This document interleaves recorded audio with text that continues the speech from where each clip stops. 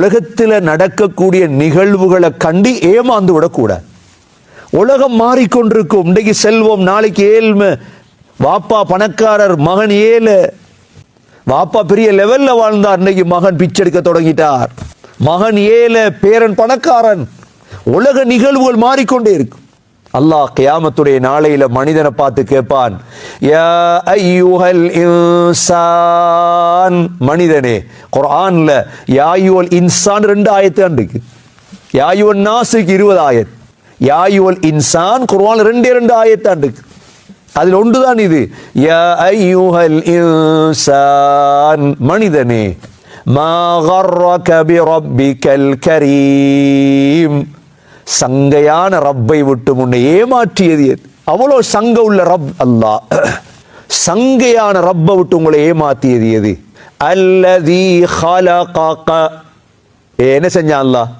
உங்களை படைச்சான். முதல் உங்களை யாரும் படைக்கல. இன்னைக்கு கேட்குறாங்க, முஸ்லீம்களை மட்டும்தான் அல்லாஹ் படைச்சான். இல்ல, முஸ்லீமை மட்டுமல்ல அல்லாஹ் படைச்சது, இந்த உலகத்தில் உள்ள முழுதையும் படைத்தவன் யாரு? அல்லாஹ்.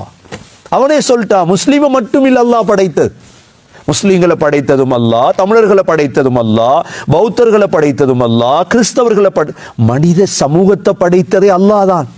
அல்லதி ஹலகக, முதலாவது. ஃபஸவ்வாக, உங்களை வடிவமைத்தான். தலையை வட்டமாக்கினான், மூக்க வட்டமாக்கினான். வடிவம் அல்லாஹ் சொல்லாம வேற யாராவது புத்தகத்தில் சொல்லியிருக்காங்களா?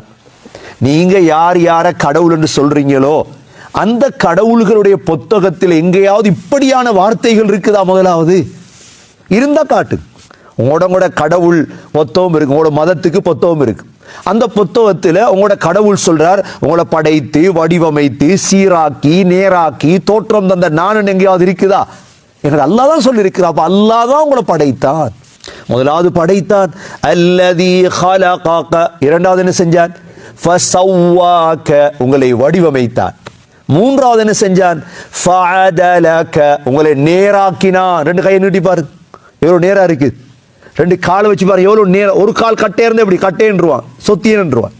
ஃபஅதலக. நாலாவது ஃபீ ஐ சூரத்தின் மா ஷாஅ ரக்கபக், உங்களுக்கென்று தோற்றம் தந்த. உங்களை மாதிரி ஒரு ஆளை உலகத்தில் தேடி பாருங்க. இது லேசான வேலையா? தோற்றம் தாரது என்பது லேசான வேலையா? உங்களோட மனைவி மாதிரி ஒரு பெண்ணை தேடுங்க பார்ப்போம்.